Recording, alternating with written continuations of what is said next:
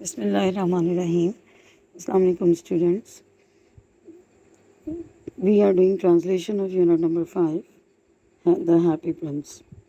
Okay, let's take a start. Then the snow came, پھر برف باری پڑی, and after the snow came the frost, اور برف کے بعد یالہ باری. The streets looked as if they were made of silver. سڑکیں ایسی لگ رہی تھیں جیسے وہ چاندی کی بنی ہوں.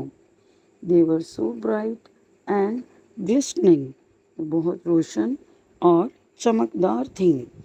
Long icy sails like crystals, daggers hung down from the eaves of the houses.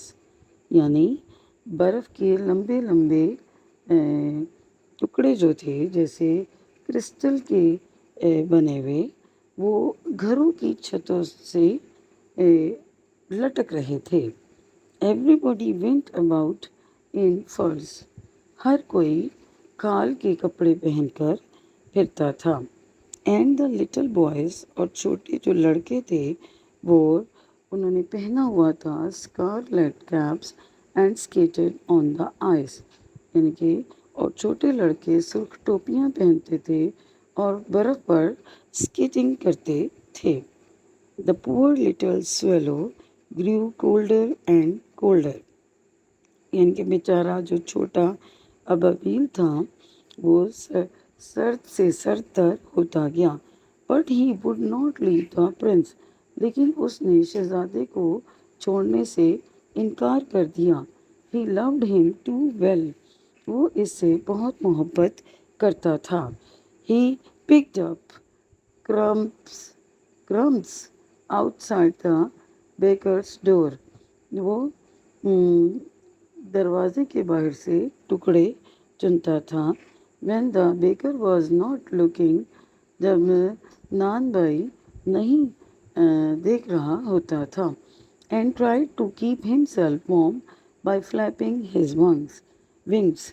یعنی وہ اپنی پروں کو پھڑپڑا کر کیا کرتا تھا, خود کو گرم رکھنے کی کوشش کرتا تھا.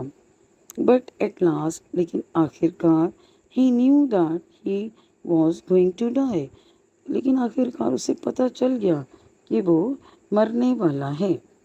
He had just strength to fly up to the prince's shoulder once more. اس میں اتنی طاقت تھی کہ وہ ایک بار پھر شہزادے کے کندھے تک اڑ سکے. Students, note down some meanings of difficult words. Frost, بہت زیادہ یعنی ٹھنڈ سے جیسے اوس پڑتی ہے. Glistening, چمکدار. Isosceles, برف کی لٹکی ہوئی برف جیسے کرسٹلز. ڈیگرز, کرسٹل کے خنجر. ایوز, چھت کا کنارہ. فرس, کھال کے کپڑے. اسکارلیٹ کیپس, سرخ ٹوپیاں. اسکیٹڈ, اسکیٹنگ. کرامس, روٹی کے ٹکڑے. فلیپنگ, پھڑپڑانا. I am glad that you are going to Egypt at last, little swallow. مجھے خوشی ہے کہ تم آخر کار مصر جا رہے ہو مجھے چھوڑ کر. said the prince, شہزادے نے کہا. You have stayed too long here. تم ایک بہت لمبا عرصہ یہاں ٹھہر چکے ہو. It is not to Egypt that I am going, said the swallow. میں مصر نہیں جا رہا. I am going to the house of death. اس نے کہا کہ میں موت کے گھر جا رہا ہوں. Death is the brother of sleep. Is he not? اس نے کہا کہ موت جو ہے وہ نیند کا بھائی ہے نا. And he kissed the prince, happy prince, and fell down dead at his feet. اس نے خوشی سے شہزادے کو بوسہ دیا اور اس کے قدموں میں مر کر گر پڑا. At that moment, اس لمحے, a curious crack sounded inside the statue.